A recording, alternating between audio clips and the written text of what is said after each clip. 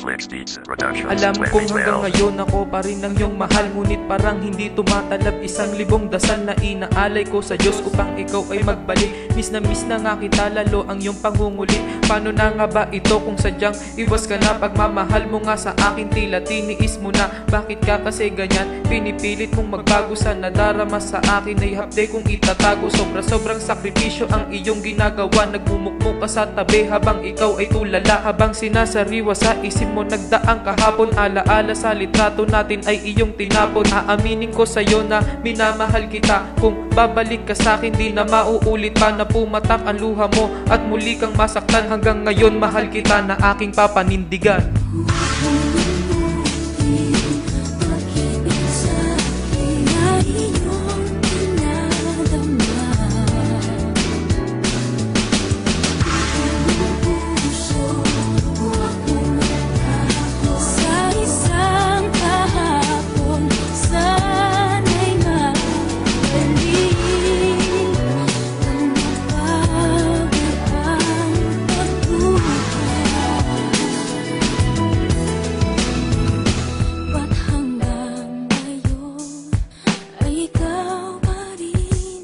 Bakit nagarang lumayo nang wala man lang paglilinaw? Di ko inasahan na ikaw palang muling gubunaw ng mundo ko na makulay, at ikaw ang dahilan kung ba't patuloy ang ngiti sa dami ng pasan-pasan. Mahal kita, gabi-gabing sinisigaw na sana'y magbalik ka na. Huwag mong hayaang maligaw ang iyong puso na sa akin at sa palad na katag. Walang reklamong narinig kahit nagmumukha ng gago, ay patuloy kang mahal. Alam ko at alam mo yan na handang ibigay sa'yo kahit na ano pa man ang aking pwede na sapitin. Huwag ka lamang mawala, ngunit biglang nagbago at parang gusto kong magwala pagkat tinapon mong lahat ng ating pinagsamahan. Dating pusong masaya ay napuno ng kadramahan, ngunit di ako susuko na muli kang ibalik pagkat hindi ako sanay nawala ang iyong halik.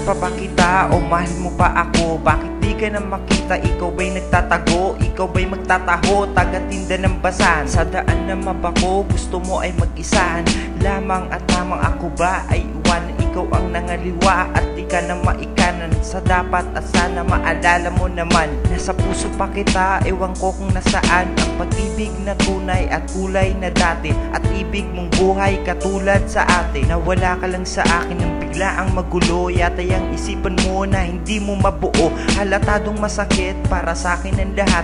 Ayokong maalala na ako ay nagtapat sa'yo nang mahal kita. Di ko makalimutan, pagbigyan na muli puso ko'y pahintulutan.